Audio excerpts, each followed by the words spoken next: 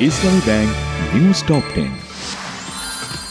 রাজধানীর ফার্মগেট এলাকায় মেট্রো রেলের পিলারের বিয়ারিং প্যাড মাথায় পড়ে নিহত হয়েছেন এক পথচারী।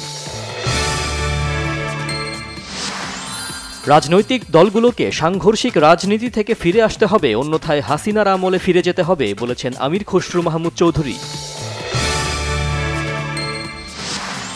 মতের পার্থক্য থাকলেও জাতীয় স্বার্থে রাজনৈতিক দলগুলোকে ঐক্যবদ্ধ থাকতে হবে বলেছেন জামায়াতের সেক্রেটারি জেনারেল মিয়া গোলাম পরোয়ার। নভেম্বরেই ২৫০ প্রার্থীর চূড়ান্ত তালিকা দেবে বিএনপি। জনসম্পৃক্ততা কম থাকায় বিএনপিকে চ্যালেঞ্জের সক্ষমতা জামায়াতের এখনো হয়নি বলছেন নেতারা। জুলাই সনদ বাস্তবায়নে খুব শিগগিরই সরকারের কাছে একটি পূর্ণাঙ্গ সুপারিশপত্র জমা দেয়া হবে জানিয়েছেন জাতীয় ঐকমত্য কমিশনের সহসভাপতি আলী রিয়াজ।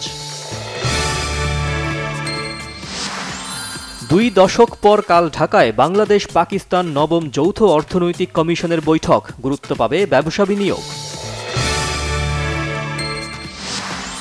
সততা ও নিষ্ঠার সাথে উন্নয়নমূলক কার্যক্রমের মাধ্যমে দেশ গঠনে কোর অব ইঞ্জিনিয়ার্সের প্রশংসনীয় ভূমিকা ভবিষ্যতেও অব্যাহত থাকবে, আশাবাদ সেনাপ্রধান জেনারেল ওয়াকারুজ্জামানের।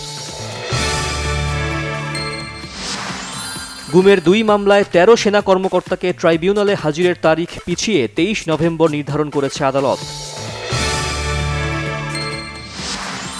মালয়েশিয়ায় আসিয়ান সম্মেলন শুরু, ট্রাম্পের মধ্যস্থতায় যুদ্ধবিরতি চুক্তিতে সই করেছে থাইল্যান্ড কম্বোডিয়া।